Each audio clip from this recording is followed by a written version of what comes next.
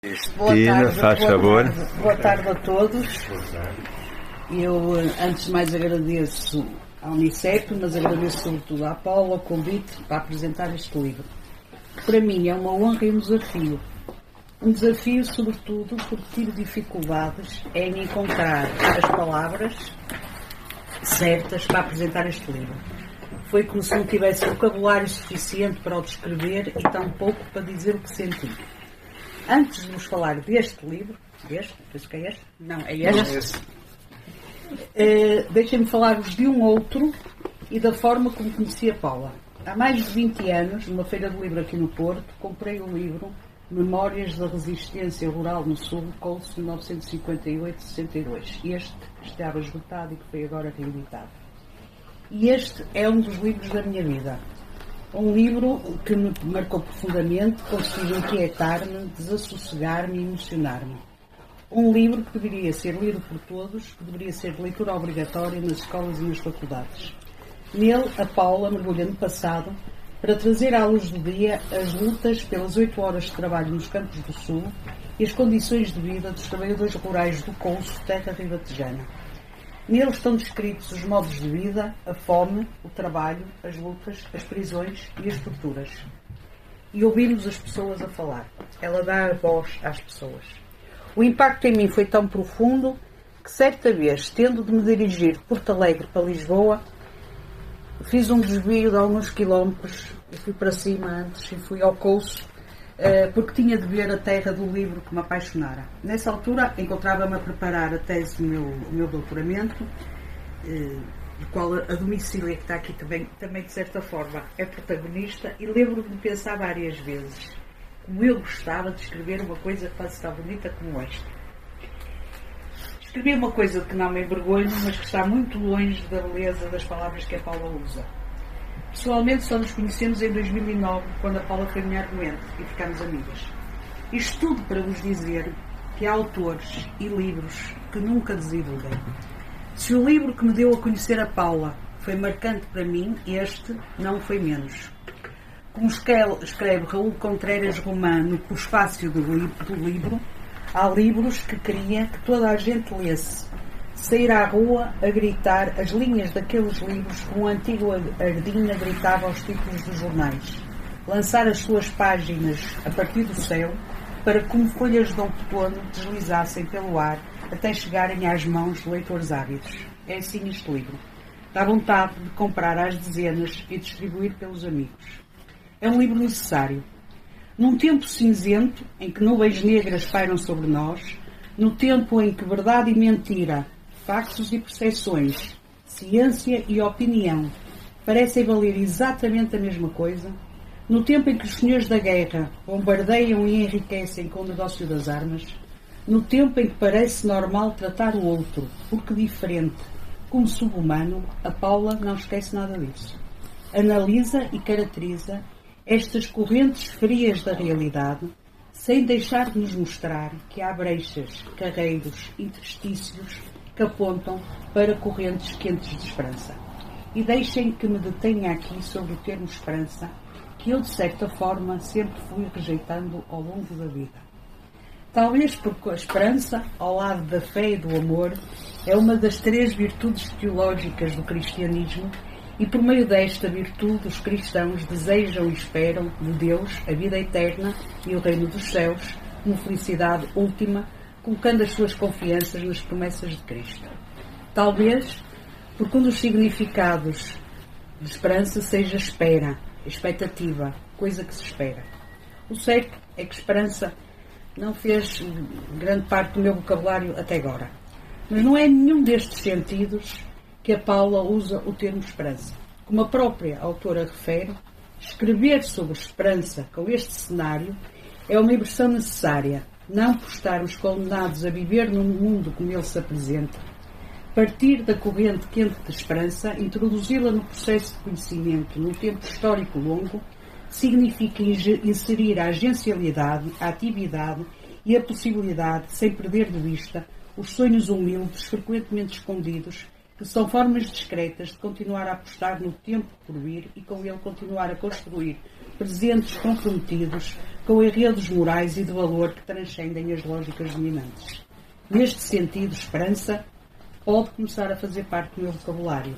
Na mesma senda de Jean-Paul Sartre, que na conferência Existencialismo é um Humanismo, refere que é preciso explicar o que é que o mundo de hoje, que é horrível, é apenas um momento do longo desenvolvimento histórico e que a esperança sempre foi uma das forças dominantes das revoluções e das insurreições. Eu ainda sinto a esperança como minha concepção de futuro, dizer.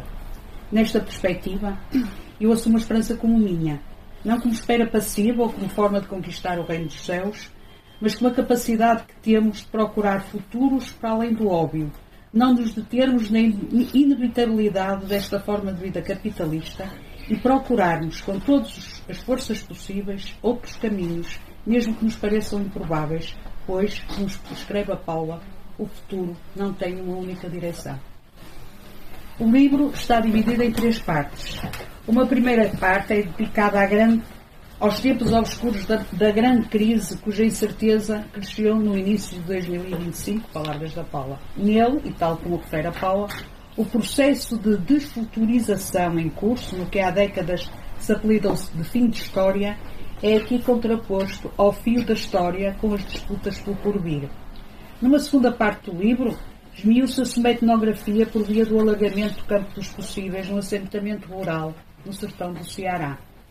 No Ceará, a Paula leva-nos a ver os assentamentos do MST, do Movimento Sem Terra, a partir, sobretudo, do olhar das mulheres sem terra. Quando nada fazia prever, os trabalhadores rurais sem terra tornaram possível o impossível, como dizia Marta Necker, e ocuparam terras, numa luta difícil que levou a que vários fossem mortos neste processo. É o caso, entre outros, de Margarida Maria Alves, com 50 anos, assassinada a 12 de agosto de 1983, em frente à família, com um tiro de espingarda disparada por um pistoleiro amante dos fazendeiros da região. O crime da Margarida foi lutar pelas 8 horas de trabalho, férias, licença de maternidade e escolarização. Porque é necessário que a memória não se perca, ainda hoje se assinala a data, com a Marcha das Margaridas. E não consigo ler sobre a Margarida sem me lembrar da Catarina, aquela que também foi baleada a 19 de maio de 54, por exigir melhores salários e condições de trabalho. Do acampamento debaixo de polos pretos, sem quaisquer condições de dignidade humana, conseguiram a terra, construíram casas condignas, semearam e plantaram sem agrotóxicos ou, como dizem, sem veneno, fazendo uma agricultura sustentável e com respeito por este planeta que é de todos. Criaram escolas para os sem terrinha, inventaram outro futuro. O assentamento de Santana é a experiência mais antiga de assentamentos rurais. Ligou-se ao MST já depois da sua existência, que teve como motor organizativo as comunidades eclesiais de base. Nele, as habitações passaram a ser feitas com cimento e não com taipa e telhado de folhas de carnaúba como eram até aí. Criaram uma cooperativa de consumo para a venda dos excedentes e a compra do necessário e a venda entregue ao domicílio. Já há uma segunda geração de assentados, os filhos dos primeiros, muitos com formação superior, que trabalham no assentamento em outras profissões para além da agricultura. E, claro, há a Escola de Campo Florestan Fernandes. Com avanços e recuos, com conflitos, com tentativas e erros, os assentados construíram uma alternativa à sociedade existente. Conquistaram a vida melhor. Ousaram lutar, ousaram vencer.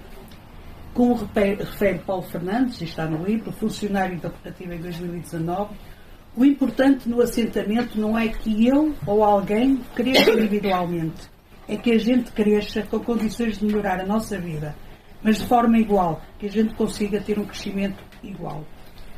O importante do coletivo é isso, é a gente se ajudar para que todo mundo tenha o mesmo direito e conseguir se desenvolver junto. Numa terceira parte do livro, a Paula deixa-nos 6 notas, esquiços de trajetos por fazer, que resultam de clarões que encandearam e que poderão servir de tocha para esmiuçar incertezas e uma teoria afirmativa do futuro com fios pendentes depois do remate de uma tapeçaria. Não vou aqui referir essas notas, tenho de ler o livro. Mas há um termo que a Paula usa e que me parece importante referir. Rastígios.